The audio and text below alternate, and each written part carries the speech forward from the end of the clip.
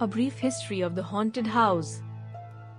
The Scariest Haunted House of 2017 is a giant walk-through attraction located in the former Georgia Antique Center on the outskirts of Atlanta.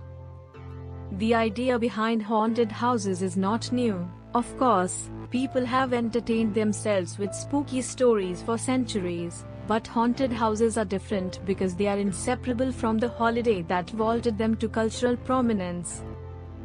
The origins of the haunted house date back to 19th century London, when a series of illusions and attractions introduced the public to new forms of gruesome entertainment.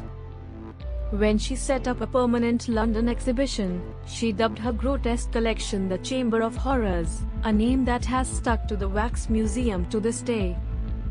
At the turn of the 20th century, as Rebecca McHenry describes in Fangoria magazine, the closest relatives to modern haunted houses began experimenting with macabre themes.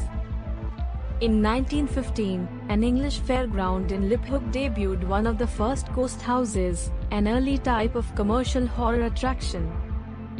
The haunted house didn't become a cultural icon, though, until Walt Disney decided to build one.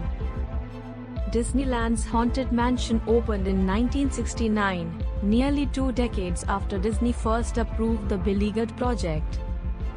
The attraction, which was designed in the style of the Evergreen House and the Winchester Mystery House, quickly became a success. In a single day shortly after its debut, more than 82,000 people passed through the Haunted Mansion.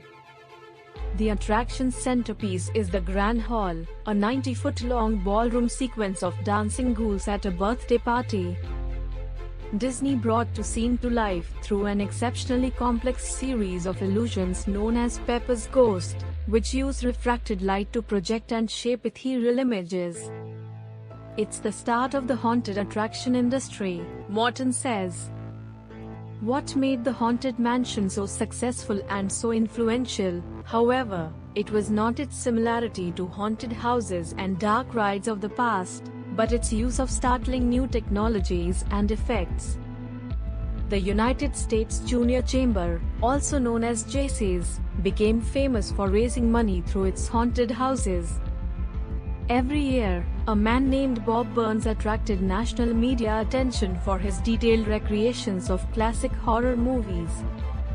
Evangelical Christians even made their own anti-Halloween attractions.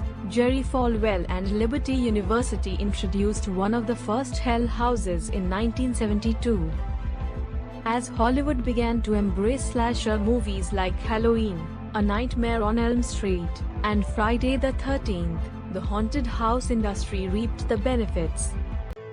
The horror boom fueled a demand for scary attractions, not to mention cross-promotional advertisements. Professional haunted houses first emerged as a force in the same era, quickly outspending non-profit groups like the JC's. Then, tragedy struck. A fire at a haunted house in New Jersey trapped and killed 8 teenagers.